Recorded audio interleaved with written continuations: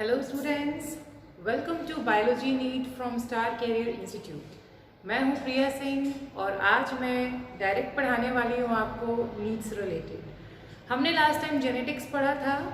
Genetics में हमने discuss किया था कि हेरिडिटी क्या होती है, जेनेटिक्स क्या होते हैं, वेरिएशन क्या होती है, जेनेटिक्स के कौन कौन से ब्रांचेस होते हैं।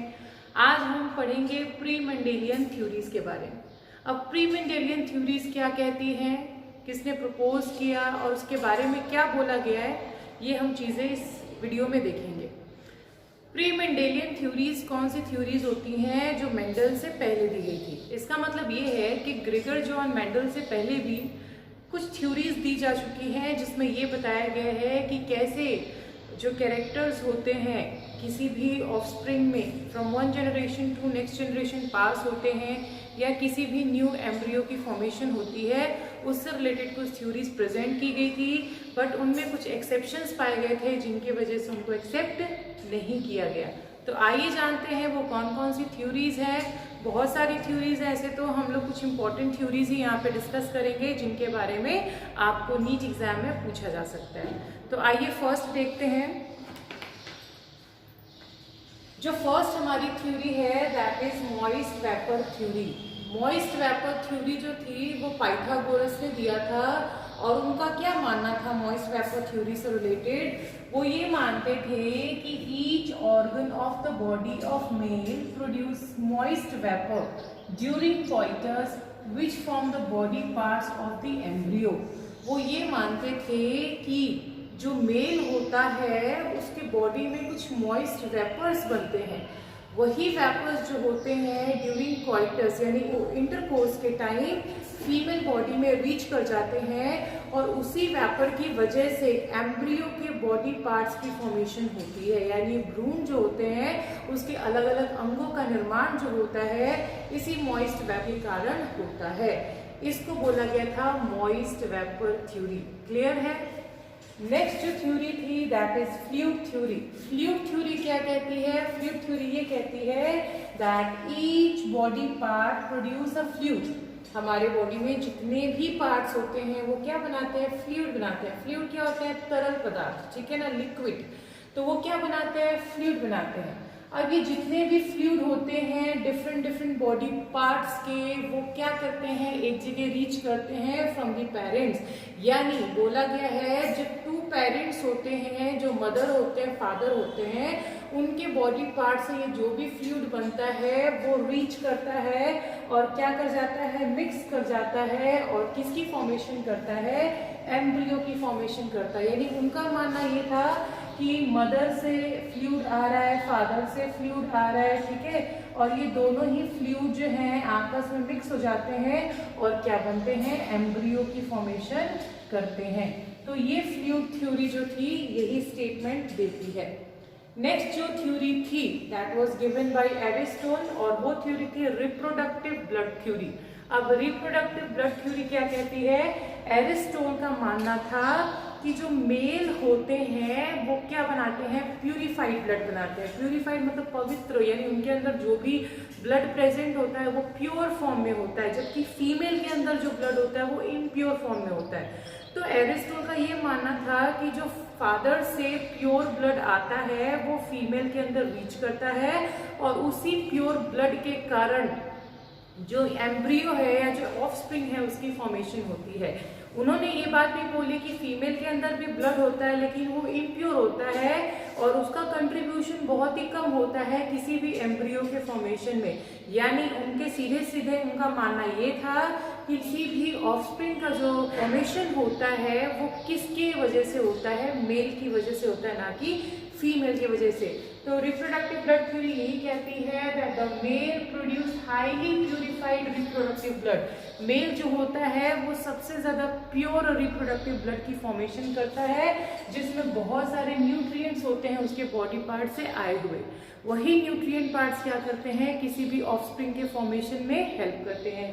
फीमेल में भी होता है रिप्रोडक्टिव ब्लड बट वो क्या होता है? इम्प्योर होता है। क्या होता है? इम्प्योर, यानी मेल का ब्लड प्योर होता है और फीमेल का ब्लड इम्प्योर होता है। The two reproductive bloods coagulate in the body of female and form the embryo. और यही दो reproductive blood यानी मेल से प्योर ब्लड और फीमेल से इम्प्योर ब्लड जो होता है वो फीमेल बॉडी में एक जगह इकट्ठा होता है और किसकी फॉर्मेशन करता है, एम्ब्रियो की फॉर्मेशन करता है। ये थ्री जो थे that is moist vapour theory, fluid theory, reproductive blood theory. अब नेक्स्ट थ्योरी की हम बात करते हैं। जो हमारी नेक्स्ट थ्योरी है that is pre formation theory. Pre formation theory जो थी ये स्वयंवर ने दी थी। किसने दी थी? स्वयंवर। अब इस थ्योरी में क्या बोला गया है? इस थ्योरी में यही बोला गया है अकॉर्डिंग टू स्वयंवर, इन्होंने ये कहा था कि जो ऑर्गेनिज्म होते हैं वो पहले से ही एक छोटे से मिनिएचर के रूप में प्रेजेंट होते हैं इन द स्पर्म और एग सेल। यानी स्पर्म यानी शुक्राणु में और एग अंडाणु में पहले से ही ऑर्गेनिज्म प्रेजेंट रहते हैं बहुत से छोटे फॉर्म में, एक मिनिएचर के रूप में। और यही स्पर्म और एग जब मिलते हैं तो ये एम्ब्रियो बनाते हैं और बस इन्हीं ऑर्गेनिज्म को बस ग्रो करने के लिए फर्टिलाइजेशन की जरूरत होती है। बाकी ऑर्गेनिज्म पहले से ही प्री फॉर्म्ड होते हैं इन द मिनिएचर फॉर्म। ये बोला गया था किसमें? प्री फॉर्मेशन थ्योरी में। देखिए क्या बोला गया है, that the organism is already present in the sperm और egg in a miniature form. पहले से ही ऑर्गेनिज्म जो होते हैं मिनिएचर फॉर्म में कहाँ प्रेजेंट होते हैं? स्पर्म में और एग सेल में। फिर उसके बाद बोला जाता है कि इस मिनिएचर फॉर्म को क्या कहा जाता है? होमुंकुलस। क्या कहा जाता है? होमुंकुलस। यानी वो जो ऑर्गेनिज्म छोटे से रूप में प्रेजेंट होते हैं, मिनिएचर फॉर्म में प्रेजेंट होते हैं, उन्हें क्या कहते हैं? होमुंकुलस। और वहाँ पे सिर्फ आपको क्या करना है? Fertilisation is needed. यानी सिर्फ फर्टिलाइजेशन, निषेचन की आवश्यकता होती है ताकि उस मिनिएचर फॉर्म को क्या किया जा सके? उसकी ग्रोथ करवाई जा सके। तो फर्टिलाइजेशन सिर्फ ग्रोथ के लिए जरूरी है, अदरवाइज ऑर्गेनिज्म पहले से ही स्पर्म और एग में प्रेजेंट होते हैं। ये कॉन्सेप्ट दिया था स्वयंवर ने। ठीक है। नेक्स्ट जो अपनी थ्योरी है that is theory of pangenesis. Theory of pangenesis जो था it was given by Darwin. Darwin को तो आप जानते ही होंगे, इन्होंने थ्योरी ऑफ नेचुरल सिलेक्शन दी थी। तो डार्विन ने ही ये थ्योरी प्रपोज की और उन्होंने क्या बताया कि जितने भी सोमैटिक सेल्स और टिश्यूज होते हैं ये क्या बनाते हैं? छोटे छोटे टाइनी पार्टिकल्स बनाते हैं। Of the body produces a tiny particles called gemmule और पेंजीन। और उन्हीं टाइनी पार्टिकल्स को क्या कहा जाता है? या तो जेन्यूल्स कहते हैं या फिर पेंजीन कहते हैं। ये जो जेम्यूल्स और पेंजीन होते हैं इसमें वो सारे कैरेक्टर्स प्रेजेंट होते हैं जो एक पेरेंट्स के अंदर होते हैं, या वो भी कैरेक्टर्स प्रेजेंट होते हैं जो हमारे जन्म के बाद हमारे अंदर खुद के दिखाई देते हैं। यानी पेरेंटल कैरेक्टर्स भी प्रेजेंट होते हैं और साथ ही साथ एक्वायर्ड कैरेक्टर्स भी प्रेजेंट होते हैं। तो उनके कहने का मतलब ये था कि जो पेंजीन होते हैं या जो जेम्यूल्स होते हैं और ये हमारे बॉडी के सोमैटिक सेल्स और टिश्यूज के द्वारा बनाए जाते हैं। अब बोला गया कि जितने भी जेम्यूल्स और पेंजीन्स होते हैं ये क्या हो जाते हैं? कलेक्ट हो जाते हैं गैमेट्स के अंदर और ये पास हो जाते हैं इन जाइगोट, जहाँ पे एम्ब्रियो के डिफरेंट पार्ट्स के फॉर्मेशन करवाई जाती है। यानी कहने का मतलब ये है कि ये टाइनी पार्टिकल्स जो होते हैं जो सोमैटिक सेल्स और टिश्यू से बनते हैं इन्हें हम क्या कहते हैं? जेम्यूल्स और पेंजीन कहते हैं। इसमें वो सारे पेरेंटल कैरेक्टर्स और एक्वायर्ड कैरेक्टर्स प्रेजेंट होते हैं। यही सारे कैरेक्टर्स जो होते हैं फ्रॉम दी पेरेंट्स इनको कहाँ कलेक्ट किया जाता है? एम्ब्रियो में, और फिर इन्हें जाइगोट में पास कर दिया जाता है जहाँ पे वो डिफरेंट पार्ट्स की फॉर्मेशन करते हैं। तो ये थी थ्योरी ऑफ पेनजेनेसिस जिसको डार्विन ने प्रपोज किया था। अब अपनी जो नेक्स्ट थ्योरी है वो है पार्टिकुलेट थ्योरी। पार्टिकुलेट थ्योरी जो थी वो मॉपेट्यूज ने दी थी। मॉपेट्यूज का कहना ये था कि हमारे बॉडी में जो भी हेरिडिटी कैरेक्टर्स होते हैं वो कंट्रोल होते हैं टाइनी पार्टिकल्स के जरिए।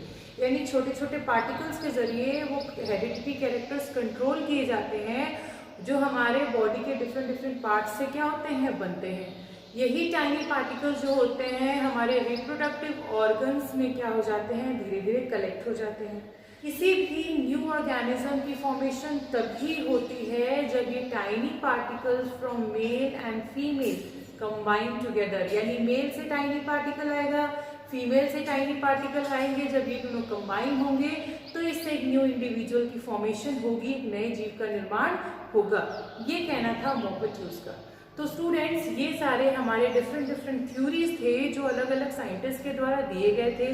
और यही डिफरेंट थ्योरीज ये बताते हैं कि कैसे किसी ऑर्गेनिज्म की फॉर्मेशन हो सकती है। लेकिन कहीं ना कहीं इन सभी थ्योरीज में ड्रॉबैक्स रहे थे, जिसकी वजह से इन सभी थ्योरीज को एक्सेप्ट नहीं किया गया। और फाइनली आई मेंडल की थ्योरी, जिसने जेनेटिक्स को एक न्यू लाइट, एक न्यू पाथ दिया, और आज तक मेंडल के इस थ्योरी ऑफ इनहेरिटेंस को पढ़ते आए हैं और ये वाइडली एक्सेप्टेड थ्योरी भी माना जाता है। अब हम नेक्स्ट टॉपिक में मेंडल की थ्योरीज डिस्कस करेंगे।